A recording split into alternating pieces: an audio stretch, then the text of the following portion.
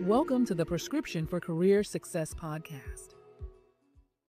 Marcus says, I've been in the nonprofit management sector for more than 10 years, and I'm ready to move into corporate training. The problem is that my whole resume screams nonprofit.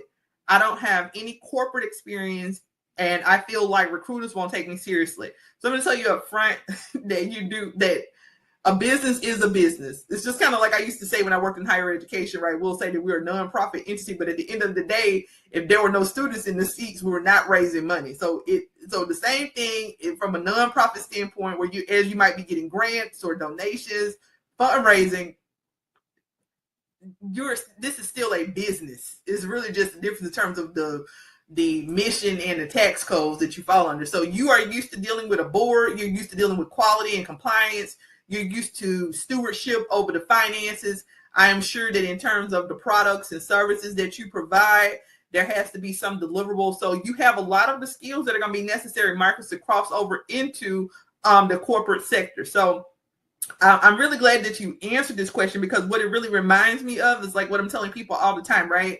Focus on those transferable skills. But again, don't underestimate yourself, because a business is a business, whether you're a nonprofit. I mean, there's going to be some different compliance standards, but how we conduct ourselves as professionals and carry things, a lot of those things will cross over into the corporate environment. I mean, I think about all the people right now who work in government. I mean, Adrian just brought up a good question, right? And who are going out and trying to figure out how do I make my skills cross over into the private sector? Well, you have a lot of transferable skills: project management, financial management, people management. All those things are important. Operations management. I'll give you a personal example, Marcus. I just started a new role, and I walked in there on day one and I said, man, I don't have any experience. It's going to be a learning curve for me in this portion of, in this specialty area of what I'm doing. But from day one, I hit it, right? Because what it took was the ability to be able to manage people. And those are transferable skills. So I might not understand every aspect of this role, but in terms of what I, because it's a new portion of being working in the sector. But what I will say is that I understand people, I understand processes. I'm a good project manager, and just those basic transferable skills allow me to come in day one, knowing that I'm on a learning curve, understanding that I'm going to have to work with people, and to understand, I'm going to have to take initiative to understand the nuances. But in terms of the people management and operations management, those skills are there. So I want you to think about that, and also look at your mindset.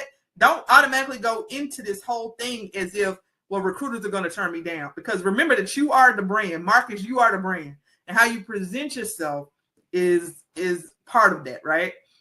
So again, the first thing I say is, again, don't think of it as nonprofit versus corporate. Instead, I want you to think about an actual skills that you've built, like I just explained to you. So in your role, you've likely done things like program development, manage budgets, train staff or volunteers. And you talk about going into training in the corporate sector, you've done those things. And remember, with volunteers, sometimes that can even be volatile, right? Because they might not always show up and do everything you want. So then how do you manage a difficult group? How do you manage stakeholders and engage with people? Also in the nonprofit sector, you've built partnerships. All those things are important. You've done presentations and public speaking. Everything that I'm naming for you, Marcus, is a tangible skill that's transferable, that will make you marketable in a corporate environment. So it's not really corporate versus nonprofit. It's just a matter of how you are building the brand of you. And one of the things that you need to do, again, is we've identified some skills. So I'm just talking to you and I've identified some skills, but there's a piece of this that you got to translate that stuff on your resume, because we just did a seminar earlier today where we talked about having an applicant tracking system and ATS compliant resume. Part of that is, remember that even though you're selling yourself, you have to make, how many times have we wrote something like, oh man, this sounds wonderful, but is it what the employer is that what the employer is looking for? So it sounds wonderful to you. I look great on paper. You do look great on paper, but is it what the employer wants? Is it what they're needing in terms of being able to translate those skills into a job? So here's a couple of examples. Instead of like manage volunteer onboarding for a local nonprofit, reframe it to say, something powerful like developed and delivered onboarding and training programs for 100 plus team members. improve retention by 20% or whatever number that was, right? Because again, they might be volunteers, they might not be paid individuals, but if you're managing that team, it doesn't matter whether they're paid or not in terms of this being part of that collective 100. If you manage the team, you deliver training, you facilitated that process, that's the big deliverable. And you're showing how you can bring this skill set to an organization and to help improve their, which is really my wheelhouse, improving their retention rates, right? And employee engagement rates. Just remember this, Marcus. One of the things I want you to know is that you're not necessarily reinventing yourself. You're just packaging your existing experience in a way that matches that corporate recruiters, what they're looking for that role. So remember, you might sound good. You might look at yourself on paper and say, "Oh, I look fabulous," right?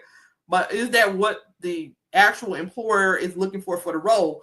More than likely, you have the skill set because you've done all of these things, but you have to package it in a way that the employer really understands the value that you're bringing to the table. You are the business of you, Marcus. So the last thing I would suggest is just remember that if you want to transition from nonprofit to a corporate training sector, just set up. You can reach out to people on LinkedIn. I had a client that was doing that today, reaching out to people and just kind of setting up informational interviews, ask what skills or certifications. You can kind of look at organizations like ATD, Association for Training and Development. You can do some upskilling on Coursera, or even LinkedIn has courses that you can do. And I just want you to consider, like, if you're seeking a certain training certification, adding that to your resume or your portfolio. But the main thing is, again, showing like my resume says, has trained and taught and trained over 20,000 adult learners. Okay, because I've been doing this for 20 years at this point. So it's probably more than that.